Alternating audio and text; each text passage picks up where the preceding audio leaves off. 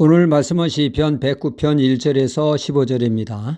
진흙을 영어로 머드라고 하죠. 대한민국 지역 축제가 국제적인 축제로 자리 잡은 곳이 있습니다. 겨울이면 강원도 화천의 화천 산천어 축제는 우리나라 사람은 물론 외국인들에도 각광을 받고 있습니다. 여름이면 충남 보령시의 보령 머드 축제가 있습니다. 보령시 주관으로 대천 해수욕장을 기반으로 개최되는 지역축제로 한국의 가장 대표적인 여름 축제가 되었습니다.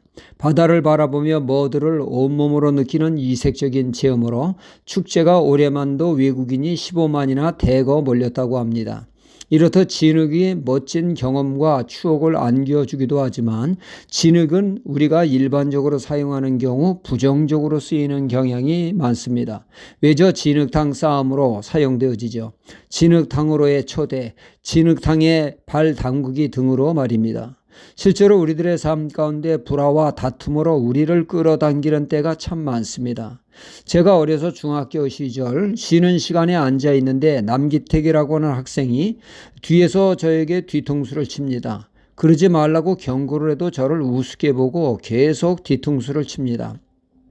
제가 화를 내며 그러지 말라고 했으나 막무가내였죠.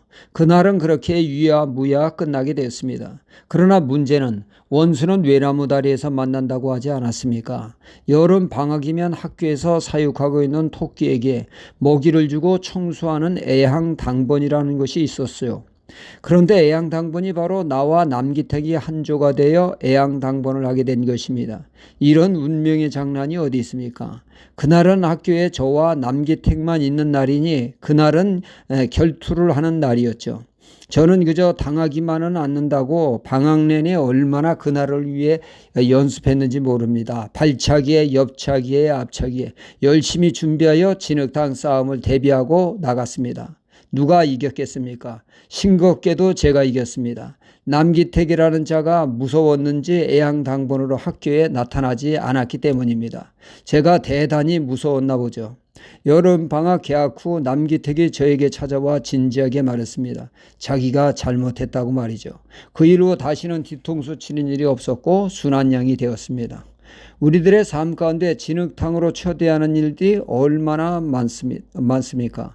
다윗의 생애를 봐도 이를 잘 알 수 있습니다. 다윗은 이스라엘의 최대 위기, 거인 장수 골리앗이 앞세운 블레셋의 침공 앞에 어찌할 바를 모를 때 나라를 건진 영웅이 바로 양치기 소년 다윗이었습니다.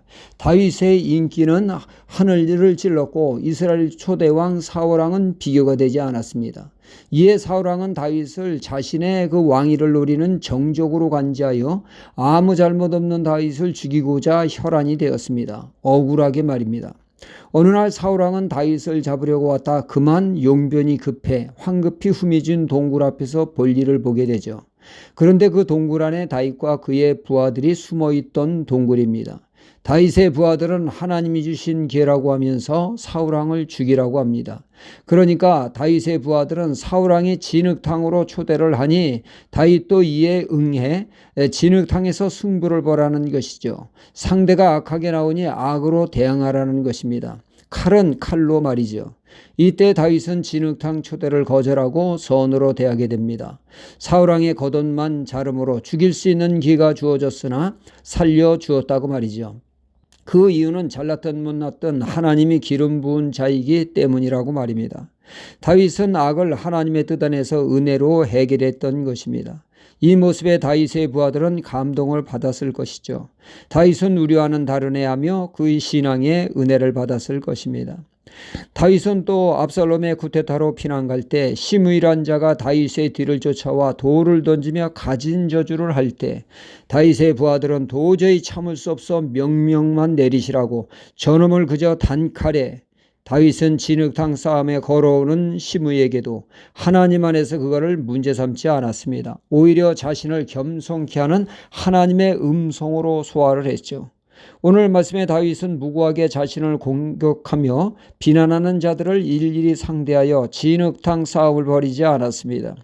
시시비비를 가리지 않았죠. 억울하고 속 터지는 비난과 정죄와 저주를 그는 기도하는 기회로 삼았습니다. 4절에 나는 사랑하나 저희는 도리어 나를 대적하니 나는 기도할 뿐이라 말씀합니다. 그는 자신이 나서서 보복하거나 응징하는 방법을 택하지 않고 시시비비를 공정하게 판단하시는 하나님을 의탁했습니다. 그들의 악을 공의의 하나님이 나서셔서 해결해 달라고 말이죠. 그들의 죄에 대한 공의로운 심판을 의탁하는 기도를 드린 것입니다. 내가 응징하겠다고 진흙탕으로 들어간 것이 아니라 하나님을 삶 가운데 초대하여 그분께 맡긴 것입니다. 은혜로운 기도로 말이죠. 우리 또한 시비를 걸어오는 자, 비난하는 자에게 똑같이 응수하는 것이 아니라 하나님께 의탁할 줄 아는 기도의 사람이 되어야겠습니다. 기도는 가장 은혜로운 방법으로 우리를 이끌 것입니다. 할렐루야.